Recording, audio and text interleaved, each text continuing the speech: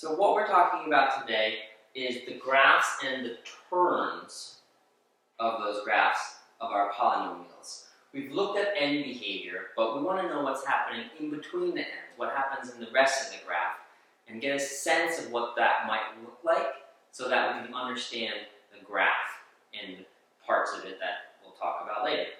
For now, what we have up on the board are leading terms of a handful of different polynomials. So each of these is its own polynomial, or it's representing its own polynomial, and the leading term is here.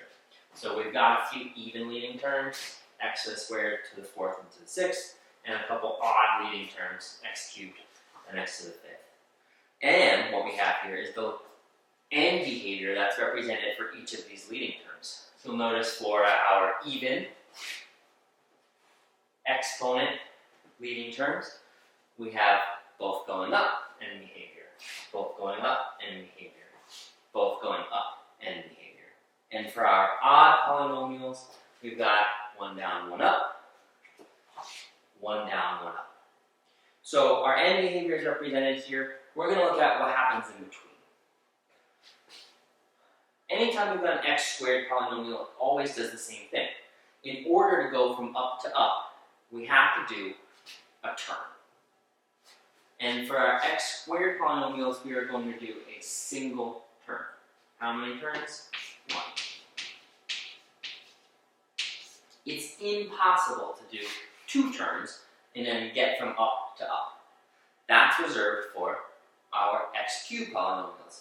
Notice how if we are starting down and finishing up, we need to turn at some point, but then we would have to turn yet again in order to complete this line.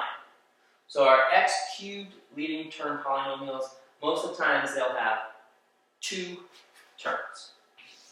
Again, this is interesting because notice there's going to be a pattern here as well where if our exponent is even, the number of turns is going to be odd. And if our exponent is odd, the number of turns is going to be even. This is inherent in the way this math works. We've already established end behavior. Let's look at this x to the fourth. X to the fourth's end behavior is up and up. If we're going to do a term,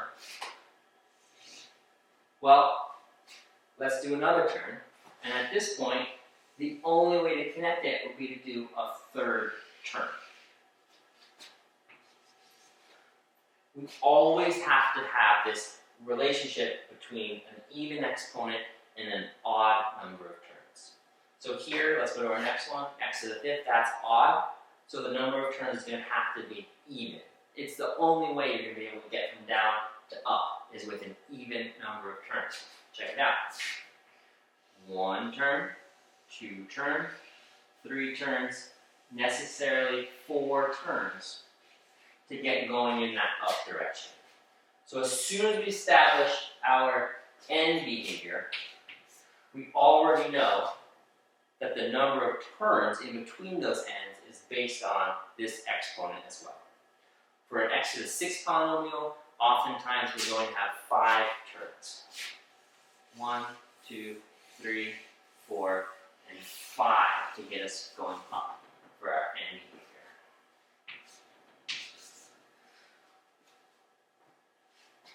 What we need to talk about is, this is the general sense of what's going to happen, but it also is the most terms that could happen. Not today, but in future lesson, we'll talk about finding less or fewer terms. But for now, this is the most number of terms you can get for each leading term. And what that means is, for a cube, we're never going to have more than 2 terms. For x to the fourth, we're never going to have more than 3 terms. For x to the fifth, we're never going to have more than 4 terms.